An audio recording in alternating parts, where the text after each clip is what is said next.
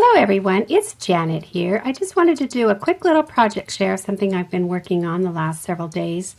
I wanted to make an album that showcased all of the wonderful family photos that we received over the holidays. I try to do this every year.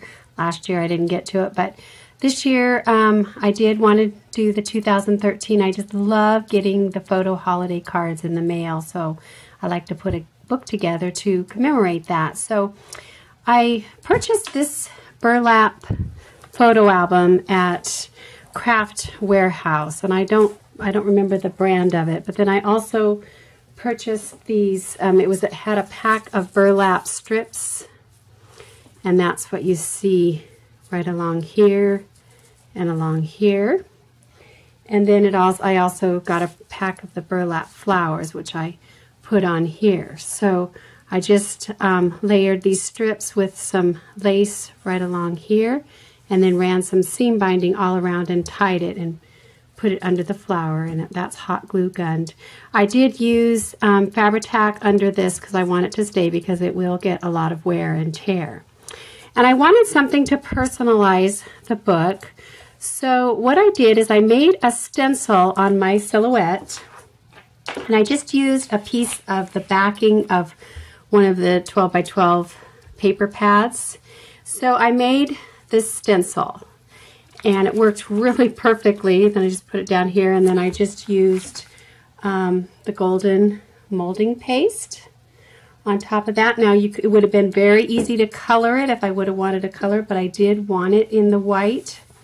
And what I did for like the 0 here and the O and the A, those center parts, after I cut this out on the silhouette, I went ahead and took those center pieces and I just put them right. I tacked the little piece of paper down with a little bit of, just used my glue gun and just tacked it down. So because I did want the centers empty. I didn't want them showing all the way like it would have been if I would have just used the stencil. And the same for the 0 here. So then I just used the molding paste, and I don't know if it really shows it here, but it does give it a really nice little texture.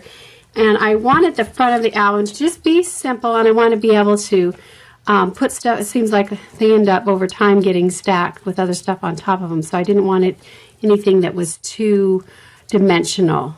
So anyway, that's how that looks. And I won't show you all the pages because I don't know how people feel about having their pictures showed. But anyway, this was our holiday card.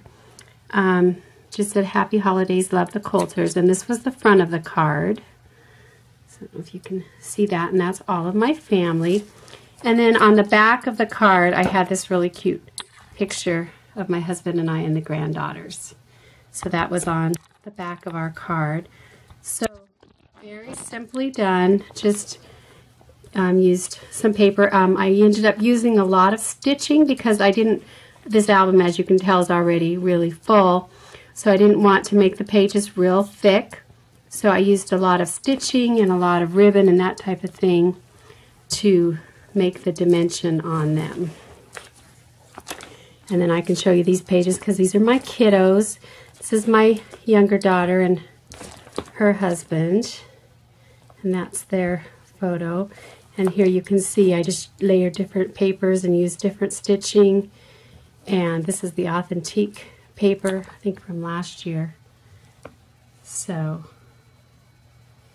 very simple, but I thought it really turned out nice. And then this is my other daughter and her little family. So I just tried to use the colors that were in the pictures. She did the gold and black, and had a lot of fun with all of the pictures.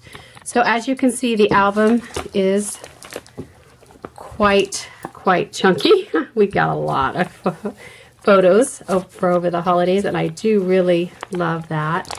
And for the back page, I did end up with some kind of just miscellaneous letters and special photos and cards that really needed to be left so you could open them up. So I made this pocket on the back for that. And so I just took the 8x8 and I add a little flap so that I could just put it directly into the binder so that it would match the same size as the sheet protectors, and put some brads in. And once again, used my stitching. I used some old vintage tablecloth over the fold over part with some vintage lace, and this is that authentic paper as well. And so you can see the stitching around there, and then there's the back part. So this is a nice envelope to put all those little miscellaneous scraps that I really want to keep, that were commemorative of the last holiday season. So anyway, just a quick little share with you. Hope everyone's doing well. Thanks so much for watching. Bye.